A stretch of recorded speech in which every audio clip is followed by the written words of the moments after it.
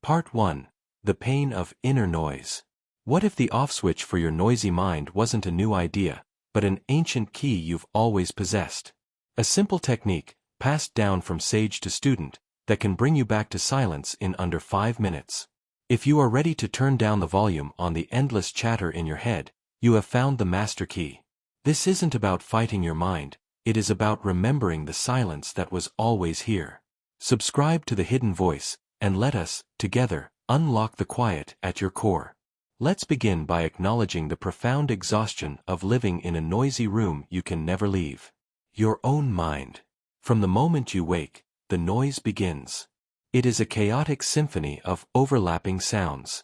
There is the frantic drumbeat of your to-do list, the piercing siren of a future worry, the low, mournful cello of a past regret, the endless, chattering static of random thoughts, snippets of songs, and rehearsed conversations that never happen. This inner noise is not just a distraction, it is a thief. It steals your focus. You sit down to read a book, and after 3 pages, you realize you haven't absorbed a single word because a silent argument was raging in your head. You try to listen to a loved one, but you are only half present, the other half consumed by planning your next task or worrying about a future event. It steals your peace. The noise creates a constant, low-grade hum of anxiety. It is the feeling that you are always forgetting something, always behind, always in a state of low-level emergency. The silence you crave, the deep, restorative peace of a quiet mind, feels like a distant and unattainable luxury. And most of all, it steals your energy. The sheer effort of navigating this inner chaos, of trying to think and function over the constant din, is utterly depleting. You end your day not just physically tired, but mentally shattered. You feel as though you have run a marathon, but you haven't moved an inch. You have simply been trapped in the relentless, noisy, and invisible prison of your own mind. You have tried to fight it. You have tried to think your way out of the noise. But you cannot solve the problem of noise by adding more noise. It is time for a new approach. A silent one. Part 2. The Ancient Key. The technique we are about to explore is not a new invention. It is an ancient key, a form of self-inquiry that has been used for thousands of years by sages and mystics to achieve a state of profound inner peace. Its power lies in its radical simplicity. Most modern techniques for dealing with a noisy mind try to fight the noise directly. They tell you to replace negative thoughts with positive ones, to argue with your inner critic, to force your mind into submission. This is like trying to calm a stormy ocean by beating the waves with a stick. It is a noble effort, but it is exhausting and ultimately futile. It only creates more struggle, more waves. This ancient technique does not fight the noise. It does not engage with the thoughts at all. It performs a simple, elegant act of spiritual jujitsu. It uses the very energy of the thought to bypass the thought entirely, and to point you back to the silent, peaceful source from which all thoughts arise. It is a simple question. But this question is not meant to be answered by the mind. It is a question designed to short-circuit the mind. It acts as what neuroscientists call a pattern interrupt. The endless noise of your mind is a pattern, a deeply grooved, habitual, and automated pattern running in your brain. The question we are about to learn breaks that pattern. It forces the brain to stop its frantic, outward-facing chatter, and to turn its attention back upon itself. And in that moment of turning inward, something miraculous happens. The noise doesn't necessarily stop, but you are no longer lost in it. A space is created, and in that space, you discover a profound silence that was here all along, patiently waiting beneath the surface of the noise. You do not have to create peace. You simply have to uncover it. This technique is not a hammer to destroy the noise. It is a key to unlock the silent room that has always been waiting for you, right in the center of your own being. Part 3. The before state. Before we use the key, we must first become aware of the lock. We must feel, with clarity, the state we are about to shift. So, for just a moment, I want you to tune into the noise in your head, right now. No need to change it or judge it. Just notice it. Feel the quality of the energy, the subtle, or not so subtle, chaos. The feeling of being pulled in multiple directions at once. Notice the speed. Is it fast? Is it frantic? Is there a sense of inner hurry? And most importantly, notice your relationship to it. Feel how identified you are with it. How personal it feels. You are not just hearing the noise, you believe you are the noise. You are tangled up in the stories, lost in the worries, completely hypnotized by the ceaseless chatter. This is the before state. The state of being a prisoner in the noisy room. Acknowledge it. Honor it. And now, get ready to walk through the door. Part 4. The lineage of the direct path. The technique you are about to learn is a simplified, accessible form of one of the most powerful and direct spiritual practices ever taught. It is a form of Atma-Vikara, or self-inquiry, the path made famous in the 20th century by the great Indian sage, Sri Ramana Maharshi. Ramana taught what is known as the direct path. While many spiritual paths involve years of preparation, of accumulating knowledge, of complex rituals, the direct path cuts straight to the heart of the matter. It is a path of subtraction, not addition. It is not about becoming something you are not. It is about inquiring into the nature of what you already are. The core of Ramana's teaching was a single powerful question: who am I? He taught that if you were to trace any thought, any feeling, any identity back to its source, you would find that it all arises to a single, fundamental sense of I. And if you could then turn your attention to that I itself, and inquire into its true nature, you would discover that it is not the limited, personal self you thought it was. You would discover that its true nature is silent, boundless, and universal awareness. The technique we will use is a gentle gateway into this profound practice. We will not be asking the ultimate question, who am I? But a more specific and targeted one, designed to deal directly with the problem of mental noise. We will be asking, to whom do these thoughts appear?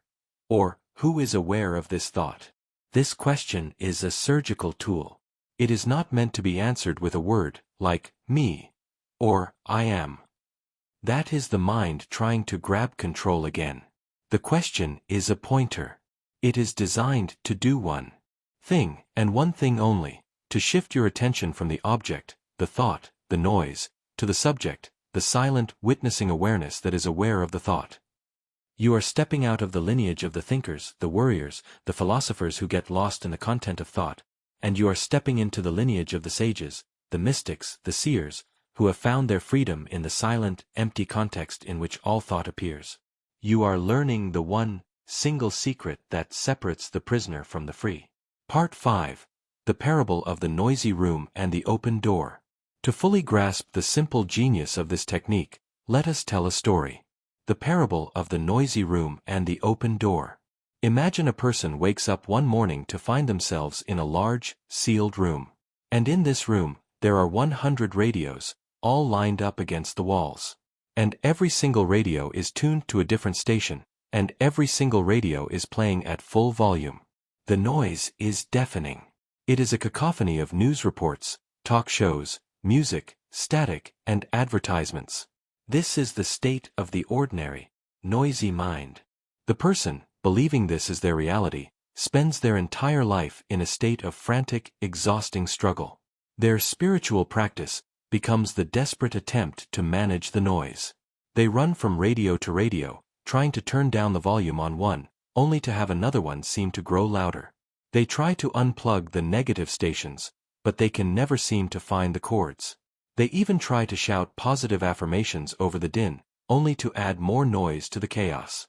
Their entire life is consumed by this impossible and stressful task of trying to control the radios. Then, one day, in a moment of utter exhaustion, the person gives up. They stop running. They collapse in the center of the room. And for the first time, they stop focusing on the noise, and they simply observe the room itself. And in that moment of quiet observation, they notice something they had never seen before.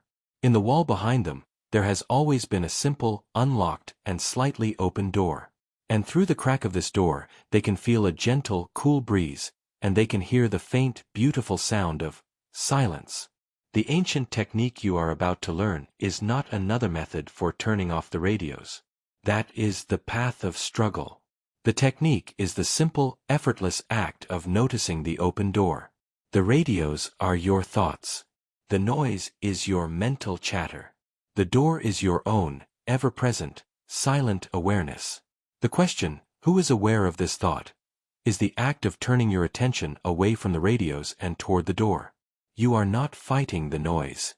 You are simply remembering that you have the choice to walk out of the room. And what you discover is that the room of your mind exists within a much larger, infinitely more peaceful mansion of pure, silent consciousness. Part 6. The Mechanics of the Shift. Why is this simple question so powerful? Why does it work so consistently to interrupt the pattern of mental noise?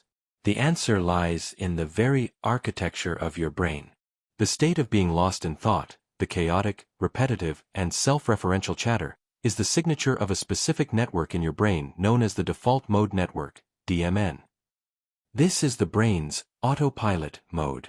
It is what clicks on when you are not focused on a specific, external task. Its job is to maintain your story of self by linking your past memories to your future anxieties. While it has an evolutionary purpose, for most of us, it has become an overactive and tyrannical force, the source of our endless inner noise. The question, who is aware of this thought, is a neurological override switch. You cannot answer that question while remaining in the default mode network. The question itself is an act of self-reflection, of metacognition, the act of thinking about thinking. And this act requires a different part of your brain to come online. When you ask this question, you are forcing your brain to shift its energy and its focus out of the automated, storytelling DMN and into a more conscious, deliberate, and present part of your brain, primarily the prefrontal cortex. This is the seat of your executive function, your focused attention, your sense of being a conscious observer. It is a neurological short circuit.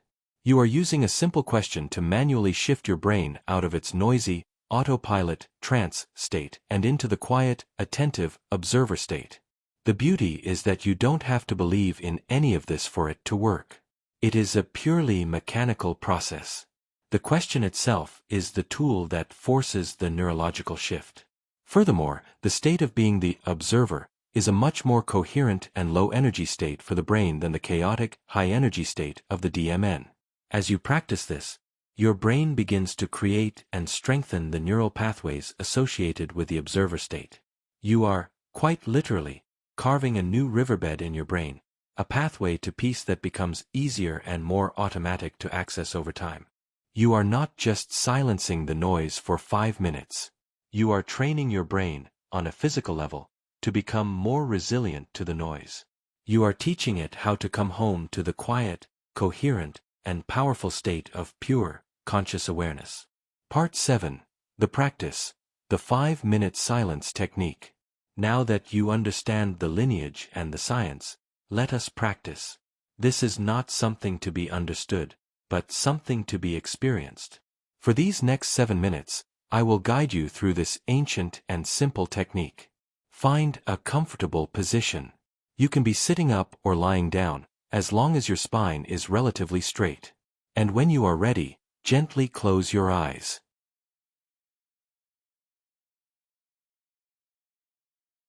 Step 1. Settle. Let's begin by simply arriving here. Take one slow, deep breath in, and as you exhale, let go of any need to achieve anything. You are not here to have a good meditation. You are simply here.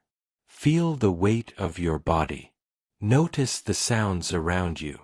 Allow everything to be exactly as it is, especially the noise in your own mind. For this first moment, just let the radios play. No resistance.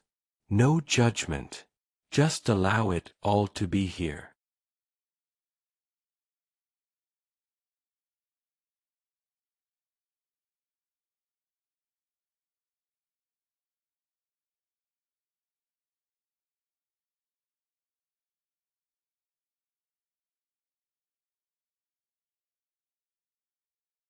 Step 2.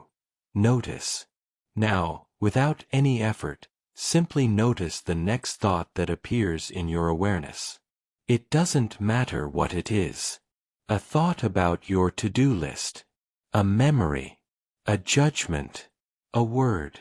Just gently catch the very next thought as it drifts by. You have it. Good.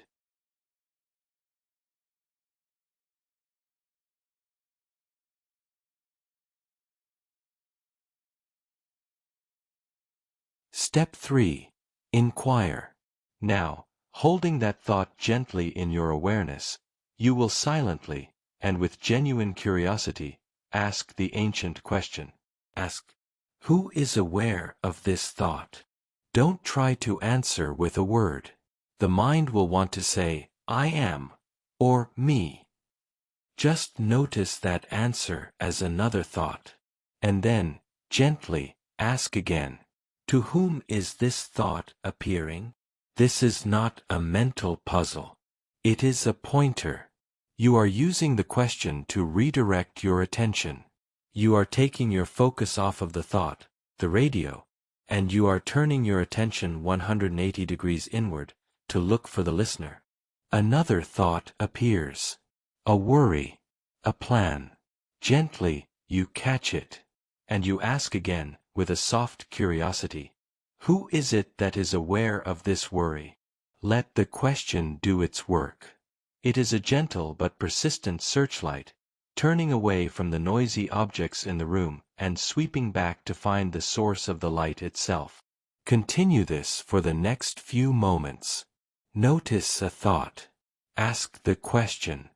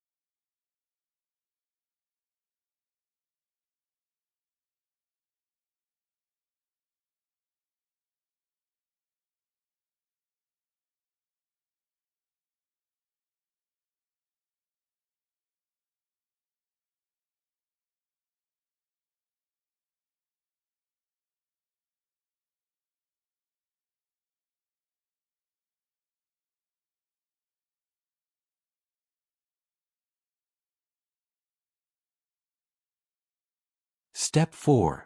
Turn inward. As you continue to ask the question, who is aware of this? You will begin to notice something. You will notice that you cannot find a thinker. You cannot find a small person inside your head who is authoring these thoughts. Instead of finding an answer in words, you will begin to feel a presence. A silent, open, spacious awareness. This is the listener. This is the witness. This is the sky-like nature of your own being. So now, let go of the question, and simply turn your full attention to this feeling of awareness itself. Rest in it. Feel its silence. Feel its peace. It is not something you have to create. You are simply noticing what has been here all along, behind the noise.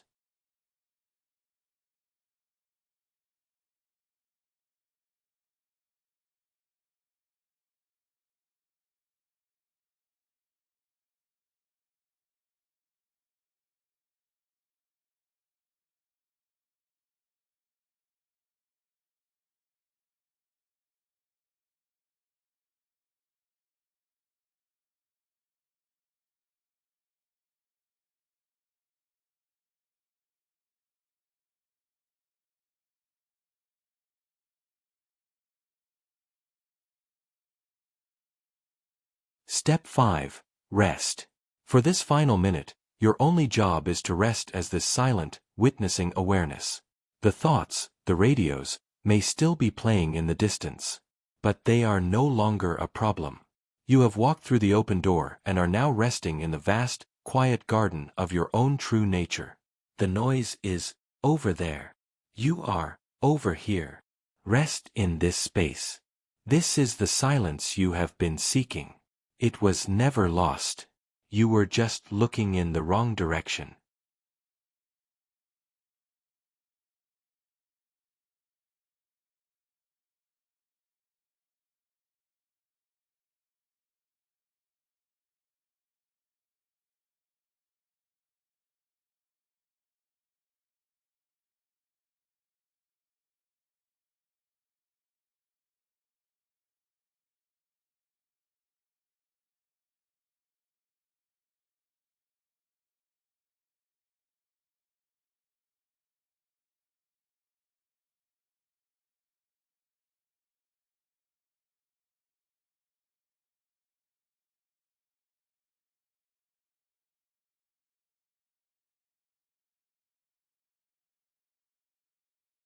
And now, when you are ready, you can slowly and gently bring your awareness back to the feeling of your body and open your eyes.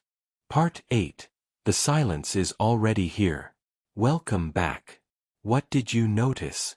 Perhaps, for a moment, the noise did seem to quiet down. Or perhaps the noise continued, but it felt further away. Less personal. Less important. This is the secret. The goal of this technique is not necessarily to stop the thoughts. The goal is to stop your identification with the thoughts. You have spent your entire life believing that you are the noise. This 5-minute practice is a direct, experiential proof that you are not. You are the silence that is aware of the noise. The peace you felt, that quiet space you rested in, is not a state you achieved. It is your fundamental nature. It is the background reality of your being, and it is always, always here. It is like the deep, silent body of the ocean.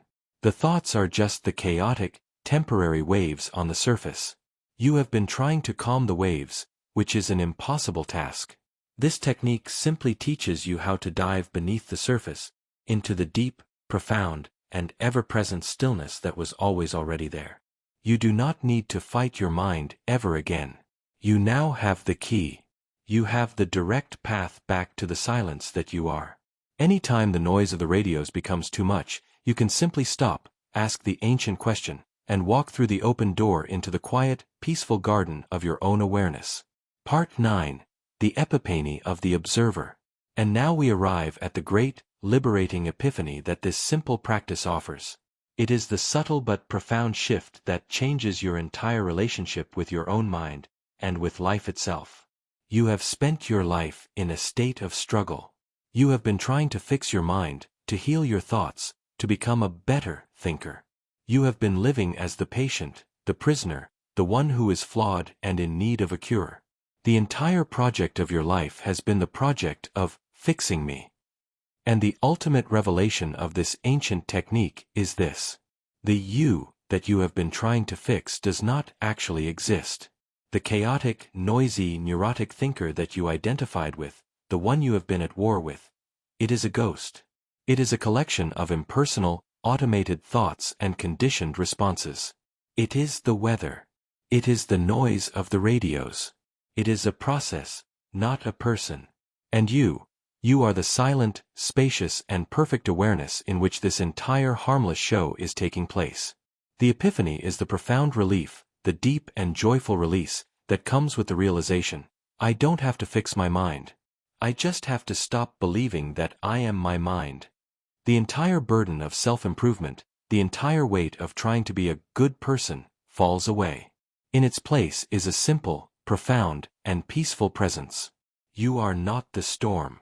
You are the sky. And the sky is already perfect. It is already whole. It needs no fixing. This technique is not a tool for the ego to get what it wants, a quiet mind. It is a tool that reveals the fundamental illusion of the ego itself. And in that revelation, The peace that the ego was always striving for is discovered to have been here all along, in the simple, silent, and ever-present seat of the observer. Part 10. The Master Key. So we come to the end of this short journey, and the beginning of a new way of life. You have been given a key. Not just a key to a few moments of quiet, but the master key to the kingdom of your own inner peace. This simple, ancient question, who is aware of this, is a tool of almost unimaginable power, if you choose to use it. It is your escape hatch from the prison of overthinking. It is your anchor in the storm of difficult emotions. It is your direct path back home to the silent, peaceful truth of who you are, at any moment, in any circumstance. The invitation is not to spend your life in constant meditation. The invitation is to take this tool with you, into the marketplace of your life.